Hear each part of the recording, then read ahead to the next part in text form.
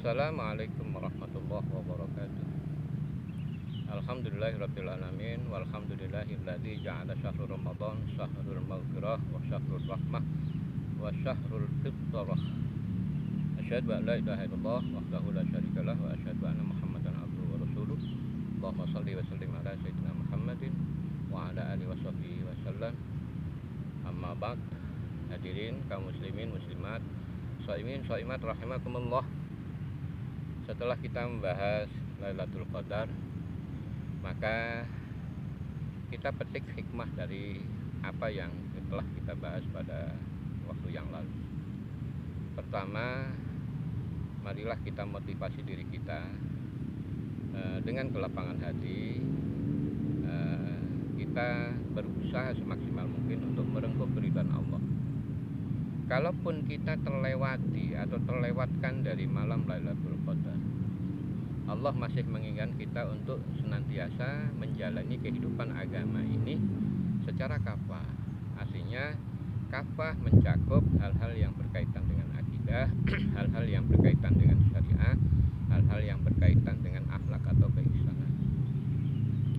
Maka kalau memang kita tercatat sebagai hamba yang mendapatkan keberkahan Allah, ya alhamdulillah, maka kita akan siap-siap memetik hasil dari kemuliaan ini kelak di akhirat di hadapan Allah Subhanahu wa taala.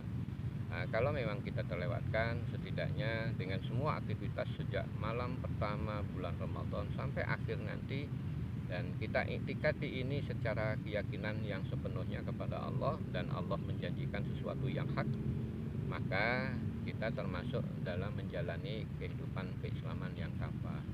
Kafah di sisi Allah, kafah menurut sesama kita dan sesama makhluk. Hal-hal yang berkaitan dengan akidah kita kuatkan iman dan takwa kita. Hal-hal yang berkaitan dengan syariah kita penuhi segala kebutuhan kita hidup dalam menjalani kehidupan itu dengan tata cara syariat, dan tentunya itu harus kita dukung dengan akhlak atau keisanan. Keisanan di hadapan Allah yaitu dengan membaguskan amal ibadah kita, keisanan di mata sesama kita untuk senantiasa menebarkan sifat kasih sayang kepada sesama kita, karena hakikatnya Ramadan itu mengajarkan itu semua. Hadirin jamaah muslimin muslimat rahimakumullah, shaimin shaimat yang dirahmati oleh Allah, bahwa setelah ini kita sudah mulai berpikir tentang target dari peristiwa Ramadan ini. Kalau Allah sudah menyatakan Aidul Fitri, artinya la'allakum tattaqun. Inti dari ketakwaan itu adalah Aidul Fitri, kembali kepada kefitrahan. Kefitrahan itu apa? Kefitrahan itu adalah karakter dan sifat sebagaimana Allah jadikan kita sebagai hamba-Nya. Maka oleh karena itu, salah satu di antara redaksi tentang bagaimana memahami fitrah, al-fitratu wan nadhamul lati jadullah fi kulli makhluqin.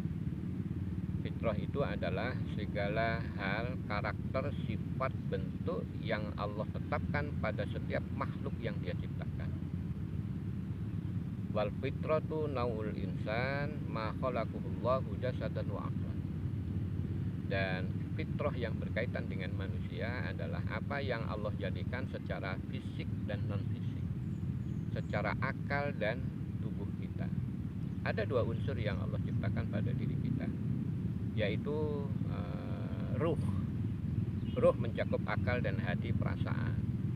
Fisik ya anggota badan kita. Lah adanya interaksi antara fisik dan ruh ini penting, karena Allah tidak akan pernah menciptakan kita sedemikian rupa kalau tidak ada fungsinya. Dengan kedua mata, kedua telinga, kedua tangan, dan kaki. Kaki kita digunakan untuk berjalan, tapi faktanya kita lebih banyak menjalani tentang kehidupan dunia saja. Tapi kehidupan akhirat, ya, entah ke masjid, ke surau, dan lain sebagainya, nah, ini kadang-kadang kita abaikan. Nah, artinya fitrah itu adalah memfungsikan diri kita sesuai dengan karakteristik kita sebagai manusia. Secara fisik Allah sudah nyatakan, alladzi khalaqaka fasawwaka fa'adalak fi ayyi suratin ma syaa rakkabak.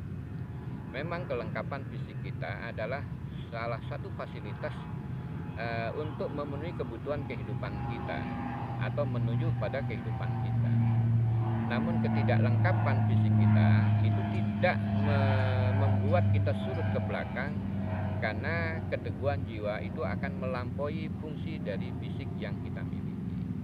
Misalnya orang saudara kita yang tunanetra, tunarungu, tunadaksa, tetapi dia mampu mengalahkan dan melampaui orang-orang yang wajar, maka itulah buktinya. Yang tunanetra mampu menghafal Al-Quran ya melampaui dari yang bisa membaca. Yang tidak punya tangan, dia bisa bekerja melampaui orang yang punya tangan. Dan yang tidak punya kaki, dia bisa menempuh perjalanan melampaui orang-orang yang punya kaki. Artinya dalam hal ini ada tergantung kepada bagaimana kita mengendalikan jati diri kita di hadapan Allah dan di hadapan alam semesta.